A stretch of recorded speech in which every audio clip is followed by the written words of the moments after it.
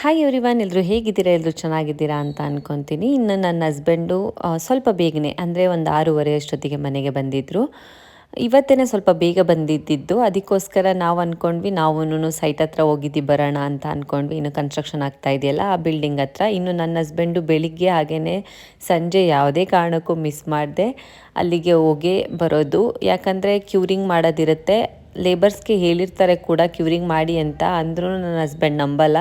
ಹೋಗಿ ಒಂದು ಸಲ ಚೆಕ್ ಮಾಡಿಕೊಂಡು ಅಥವಾ ಮಾಡಿಲ್ಲ ಅಥವಾ ಮಾಡಬೇಕು ಅಂತ ಅನಿಸಿದ್ರೆ ಕ್ಯೂರಿಂಗ್ನ ಮಾಡಿ ಪ್ರತಿದಿನ 2 ಸಲ ಹೋಗಿ ಕ್ಯೂರಿಂಗ್ನ ಮಾಡಿ ಬರ್ತಾರೆ.